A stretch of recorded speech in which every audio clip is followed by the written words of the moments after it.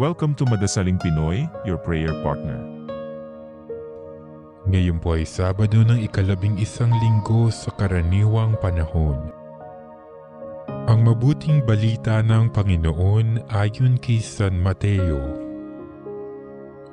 Noong panahong iyon, sinabi ni Jesus sa kanyang mga alagad, "Walang makapaglilingkod ng sabay sa dalawang Panginoon, sapagkat kapupuotan niya ang isa at iibigin ang ikalawa. Paglilingkuran ng tapat ang isa at hahamakin ang ikalawa. Hindi kayo makapaglilingkod ng sabay sa Diyos at sa kayamanan. Kaya't sinasabi ko sa inyo, huwag kayong mabagabag tungkol sa pagkain at inumin na kailangan ninyo upang mabuhay, o tungkol sa damit na kailangan ng inyong katawan. Hindi ba't ang buhay ay higit na mahalaga kaysa pagkain, at ang katawan kaysa pananamit? Masdan ninyo ang mga ibon. Hindi sila naghahasik ni nag-aani o kaya'y nagtitipon sa bangan. Gayunman, pinakakain sila ng inyong amang nasa langit. Hindi ba't higit kayong mahalaga kaysa mga ibon? Sino sa inyo makapagpapahaba ng kanyang buhay ng kahit 1 oras sa pamamagitan ng kanyang pagkabalisa? At bakit kayo nababagabag tungkol sa pananamit?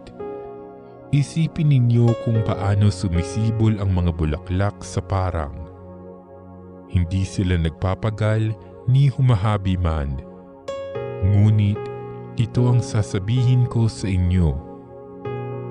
Maging si Solomon ay hindi nakapagsuot ng kasing ganda ng isa sa mga bulaklak na ito, bagamat napakariringal ang mga damit niya.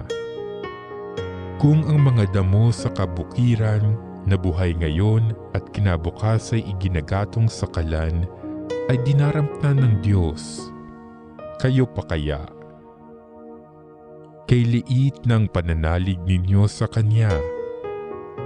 Kaya't huwag kayong mabalisa tungkol sa inyong kakanin, iinumin o daramtin, sapagkat ang mga bagay na ito ang kinahuhumalingan ng mga taong wala pang pananalig sa Diyos. Alam ng inyong amang nasa langit na kailangan ninyo ang lahat ng ito. Ngunit pagsumikatan ninyo ng higit sa lahat ang pagharian kayo ng Diyos at mamuhay ng ayon sa Kanyang kalooban, at ipagkakaloob niya ang lahat ng kailangan ninyo. Kaya huwag ninyong ikabahala ang para sa araw ng bukas. Saka na ninyo harapin kapag ito'y dumating. Sapat na sa bawat araw ang kanyang mga suliranin.